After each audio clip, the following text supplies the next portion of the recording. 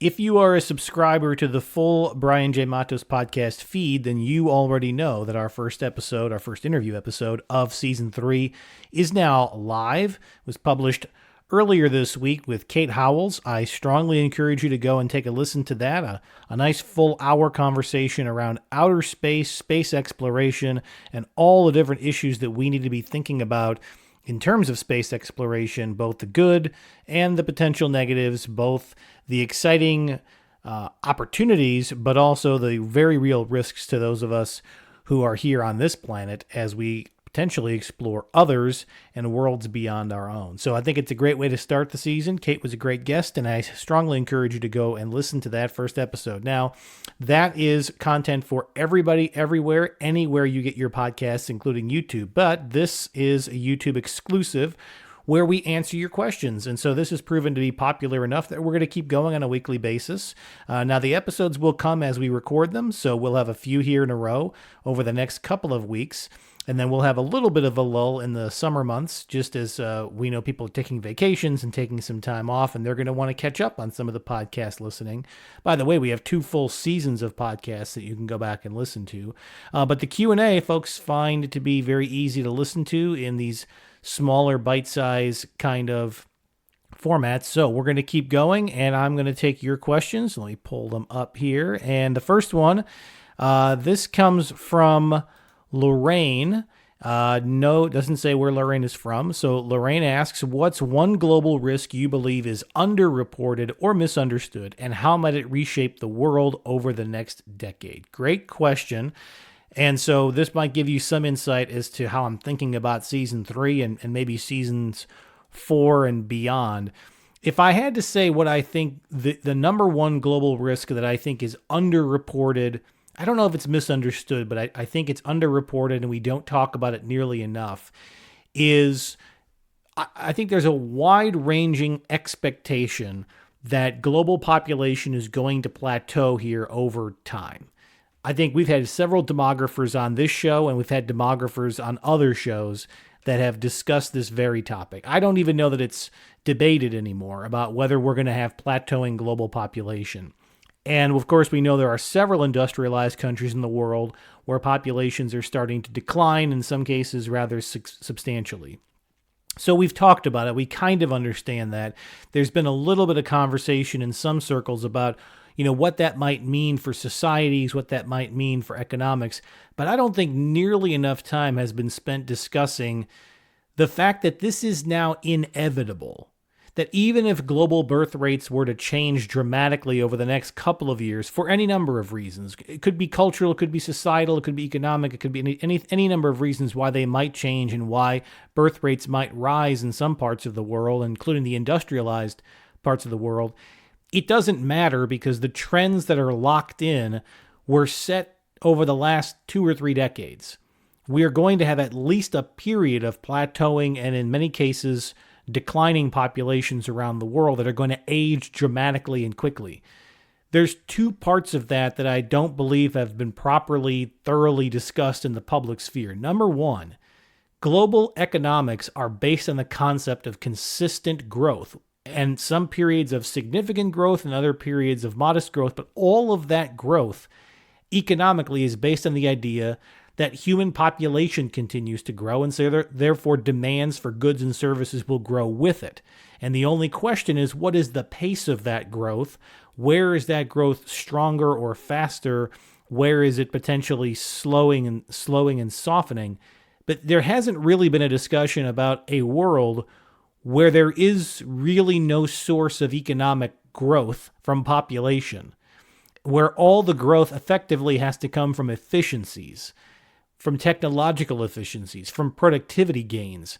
And while some countries will perform well in this category, many will not, at least in the short term.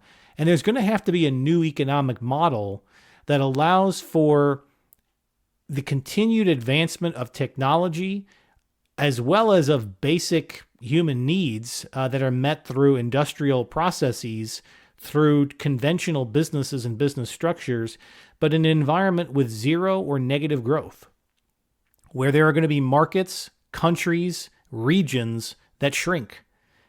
And all the competition will be over productivity gains, over a shrinking pie, and growing market share against competitors, but that the pie itself may not grow in many parts of the world, underpinned by this discussion we've just had. And by the way, the second component of this that I think is just fundamentally misunderstood is going to be a shrinking labor force around much of the world, at least internally. Now, there could be some immigration policies that address some of this, but generally speaking, there's going to be fewer and fewer people of working age, prime working age, who are able to carry the burden of all the key jobs that there are to be done in society. So the implications of this are about as big as it gets. It underpins everything we've known about the world for as long as there's been a modern, industrialized, technologically driven economy, is that growth was a given. The question was how fast, and the question was where.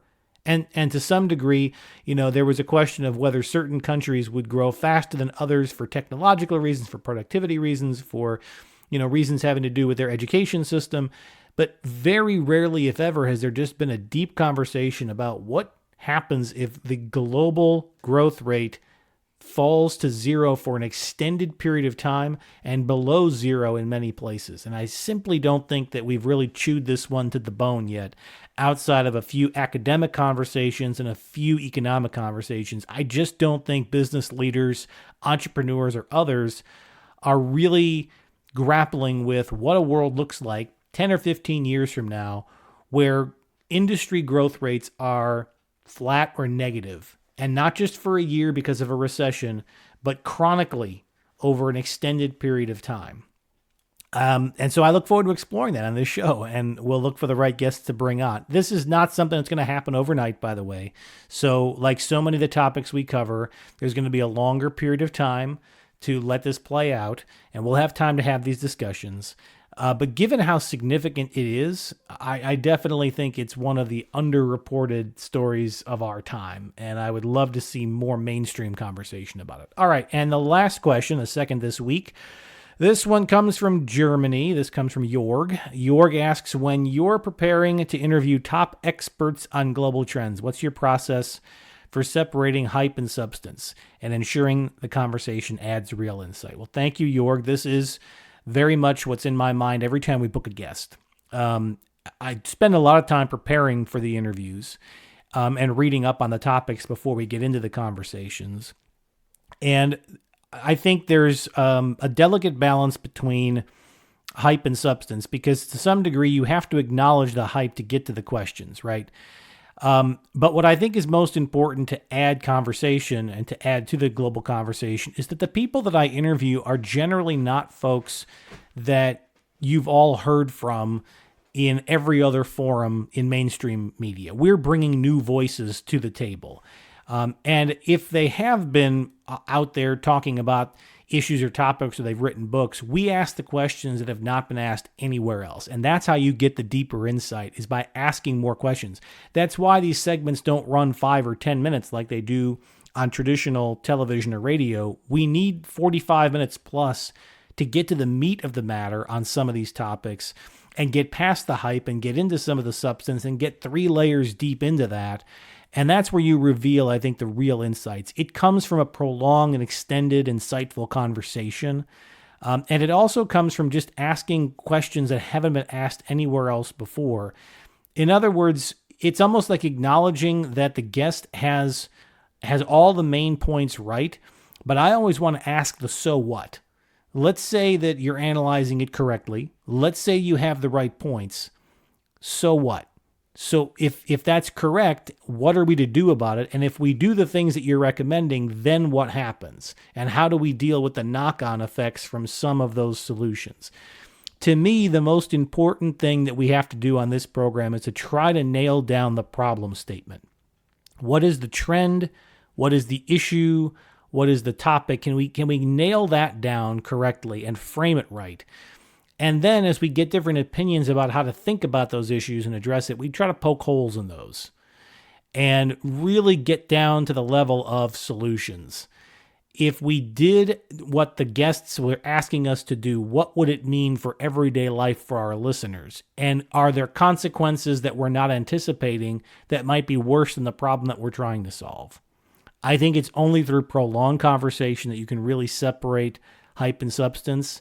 And the only way to get real insight is to just stick with the topic. Now, that's why I know that not every one of my shows is going to be appealing to everybody in the audience, because we cover so much. And some people just don't have an interest in, one topic or another. But if you have an interest in the topic, we want this to be an authoritative place where you hear from new voices or existing voices who are giving you information you've never heard anywhere else before, because we went levels deeper than anybody else did. All right, thank you for your questions. Again, subscribe to the podcast anywhere you get your podcasts. Full episodes being released in Season 3 as we speak. And then we'll be back on a weekly basis with Q&A, and I'll continue to answer your questions about how I approach this show, and anything else that might be on your mind about me or how I'm looking at these topics. And I expect your questions also to come in about Season 3 interviews, maybe questions I didn't ask, or how you interpreted some of what you heard, and maybe I can respond to some of that as well. Thanks as always. Subscribe to the YouTube channel to continue to be the first to know when we drop episodes, clips, and previews like this. And I look forward to talking to you all again real soon.